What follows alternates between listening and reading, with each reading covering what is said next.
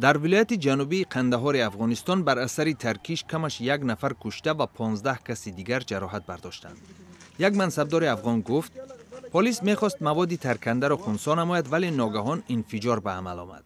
قندهار قرارگاه اساسی طالبان به شمار می رود و با فرارسی فصل بهار طالبان حمله هایشان را افزایش دادند.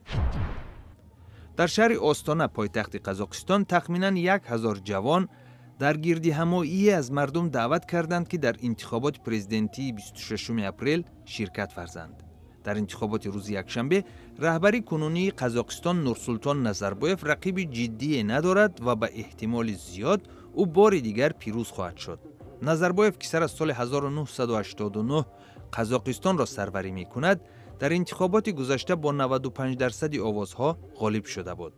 ناظران بین المللی از سازمان امنیت و همکاری اروپا تمام انتخابات پیشتر پرزیدنتی قزاقستان را پایین‌تر از معیارهای دموکراتی ارزیابی کردند. در مسافه 25 کیلومتری جنوب و غرب پایتخت قزاقستان هنوز هم آثار آبخیزی‌های اخیر به چشم می‌خورد. روز دوشنبه ساکنان دهه اغنس ابراز داشتند که 5 روز این جانب خانه‌هایشان در زیر آب می‌باشند.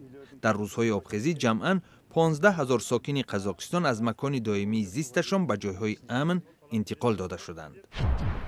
در سرایوو هنرمند امریکایی گرافیتی کالب نیلون همراه با گروه هنرمندان جوان محلی یکی از 3 نقش دیواری صلح را که به 20 سالگی ختم جنگ بوسنیا بخشیده شده است پیشکشی بینندگان کرد.